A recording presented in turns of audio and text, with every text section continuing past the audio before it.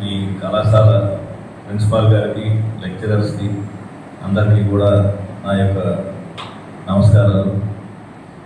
మేము ఈ గంజాయికి వ్యతిరేకంగా జరుగుతున్న పోరాటంలో యువత బయట రావద్దనే ఉద్దేశంతో మేము గత 10 రోజుల కిందట ఇక్కడ చాలా పెద్ద ప్రోగ్రాం ఆర్గనైజ్ చేసాం. ఒక 2000 మంది విద్యార్థులను పెట్టి ఒక సినిమా యాక్టర్ బ్రహ్మాజీ గారిని పిలిచి ఎస్పీ గారు, స్పీకర్ గారు, పెద్ద వాళ్ళందరూ వచ్చి ఆ కార్యక్రమంలో మాట్లాడి అందరికీ ఎడ్యుకేట్ చేయడం.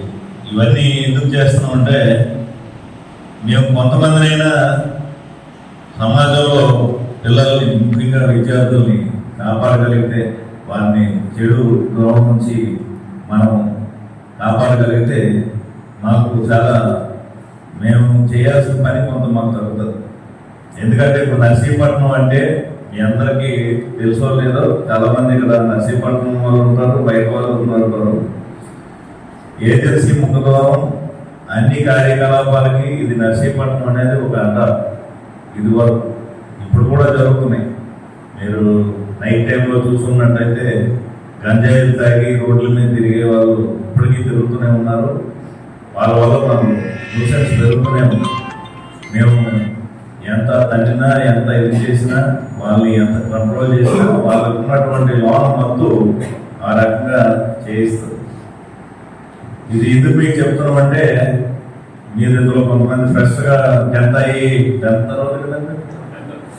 అయ్యి వస్తారు, అలాగే ఫస్ట్ ఇయర్ అయిన వాళ్ళు ఉన్నారు.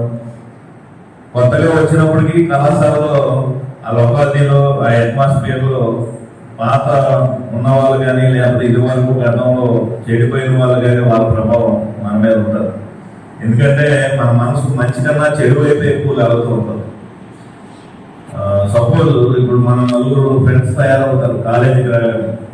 ఆ 4 ఫ్రెండ్స్ తిరుగుతారు సరదాగా మామూలుగా. ఆ తర్వాత అందులో ఇంకో 4 జాయిన్ అవుతారు, అలా 10 మంది అవుతారు. ఆ తర్వాత చిన్న బర్త్డే పార్టీ అని స్టార్ట్ అవుతుంది. ఈ 10 మంది ఏమవుతుంది, ఒకటి బర్త్డే ఒక నెలలో వస్తారు, ఒకటి బర్త్డే ఇంకో నెలలో వస్తారు. అలా నెల బర్త్డే పార్టీలు కేంద్రంలో స్టార్ట్ అవుతుంది. ఆ తర్వాత ఎవడో చెప్తాడు, పార్టీ అంటే అదే పార్టీరా, మీ ఫోటోలు ఏదో చూస్తారు, మీ బర్త్డే ఫోటోలు ఏదో చూసే అయ్యే పార్టీ, అలాంటి పార్టీలు ఆడవాళ్ళు చేసుకుంటారు. మీరు ఈ పార్టీలు చేసుకుంటారు, ఆ పార్టీలు చేసుకుంటారు, మా పార్టీలు చూడండి, ఆ ఫోటోలు చూడండి. అది చూసేటప్పటికి మనకి ఇది ట్రెండ్ ఏమో, మనం ఇలా చేయలేము, చేయకపోతే నామోషేయము, బర్త్డే అంటే ఇలాగే చేయలేము, అందరూ నన్ను స్వప్నంగా అమాయకంగా ఎందుకు పని చేతగా చూస్తున్నారు, ఏమైపోతుంది ఒకసారి కానీ నెమ్మదిగా మొదలెడతారు. అది ఏదైనా అవ్వచ్చు, వీడ్ అవ్వచ్చు, మందు అవ్వచ్చు, సిగరెట్ అవ్వచ్చు. అది కాస్త ఏమవుతుంది, నెక్స్ట్ మంత్ ఇంకో బర్త్డే వస్తుంది. ఆ బర్త్డే పార్టీ కూడా దీనికి మిక్స్ ఉండాలి కానీ తగ్గకూడదు. ఎందుకు, ఆల్రెడీ ఒక స్టేజ్ పెరిగిపోయాం మనం, దానికన్నా పై స్టేజ్లో ఉండాలి. అప్పుడు ఇంకొక ఎవరో సలహా ఇస్తాడు, అరే లాస్ట్ టైం ఇలా చేస్తే మంచి కిక్ వచ్చింది, భలే ఉంది, నైట్ అంతా ఫుల్ ఎంజాయ్ చేసి డ్యాన్స్ వేసుకొని బిర్యానీలు పేరు అది ఇది అని పెడతారు. తర్వాత ఇంకా అలాగే బర్త్డేలు నెల వారానికి వస్తాయి, నెల పార్టీలు వారానికి వస్తాయి. వారానికి రావడం ఇంకా మనకు తెలియకుండా మనమే తప్పుదోవలోకి వెళ్ళిపోతున్నాం. అది మీరు అర్థం చేసుకోవాల్సింది ఏంటంటే, మనం ఏదైనా స్టార్టింగ్లో అది ఎలా ఉంటుంది ఏంటి, ఇలా చేస్తే ఇది స్టైలు, సిగరెట్ ఇలా తాగి వదిలితే అదొక స్టైలు, ఒక హీరో స్టైలు, ఇవన్నీ సినిమాల వరకు చూపెట్టడానికి వాళ్ళు చూపెడతారు. కానీ మన ఆరోగ్యం మనం ఎంత కోల్పోతామో లాస్ట్కి వితిన్ 5 years 4 yearsలోనే చిన్నప్పుడే మీరు పెళ్లి కూడా కాదు, మొత్తం శరీరం దేనికి పనికిరాకుండా పిల్లలు కూడా ఎవరు ఇవ్వరు, ఇంట్లో వాళ్ళకి చెప్పారు, మీకు ఉద్యోగాలు రావు. ఇంత ఎఫెక్ట్ మీకు తెలియకుండా చేసిన చిన్న పొరపాటు వల్ల అంత ఎత్తుకు తీసుకెళ్తుంది.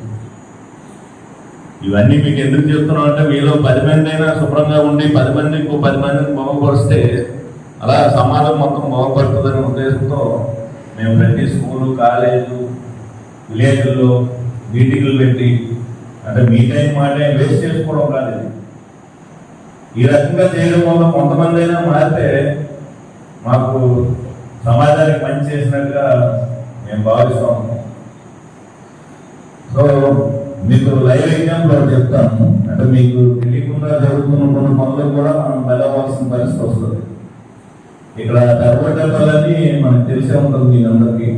అక్కడ ఒక ఆయన ఉద్యోగస్తుడు, ఆయన నాగవరంలో పనిచేస్తాడు, అగ్రికల్చర్ డిపార్ట్మెంట్. ఆయనది సొంత ఊరు ఏజెన్సీ చింతపల్లి పక్కన జల్లులో ఊరేది. అక్కడ నుంచి ఆయన ఇక్కడ ఉద్యోగంలో ఉంటూ ఇక్కడ తెరపడ్డలో ఇల్లు తీసుకొని ఉన్నాడు. ఆయన దగ్గరికి ఇది లైవ్ గా జరిగిన ఇన్సిడెంట్ చెప్తున్నాను. మేము కేసు రిజిస్ట్రేషన్కి గంజాయి పట్టుకుంది. ఆయన ఇల్లు తీసుకుని ఉంటే ఆయన ఊరు పల్లెటూరులో అన్నయ్య తమ్ముడు బావ బామ్మది ఏదో పిలుచుకుంటారు కదా, బంధుత్వం కలుపుకుని. అమ్మా నేను వైజాగ్ వెళ్తున్నాము.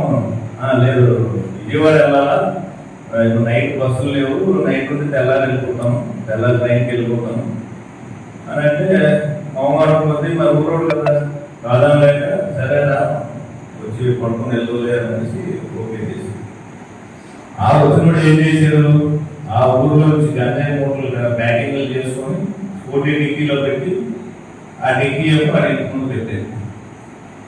ఆ బండి అడిగి ముందు వెయిట్ పార్క్ చేశారు.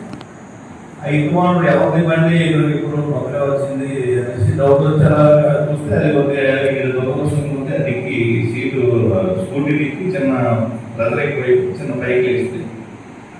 బైక్ వేసినటువంటి అందులో బ్రౌన్ కలర్ ప్యాకెట్లు వరుసగా కనబడుతుంది. ఆయనకి వెంటనే ఓనర్ డౌట్ వచ్చింది, నాకు ఫోన్ చేశారు.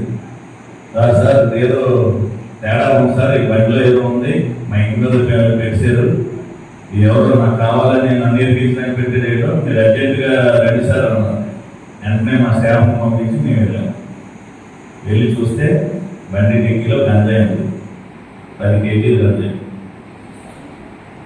అప్పుడు ఆ బండి ఎవరిది ఏంటి వివరాలు తీసుకుంటే ఈడెందుకు ఇక్కడ ఉన్నాడు, ఎవరు సెలవు ఇచ్చారు. అప్పుడు ఆడిని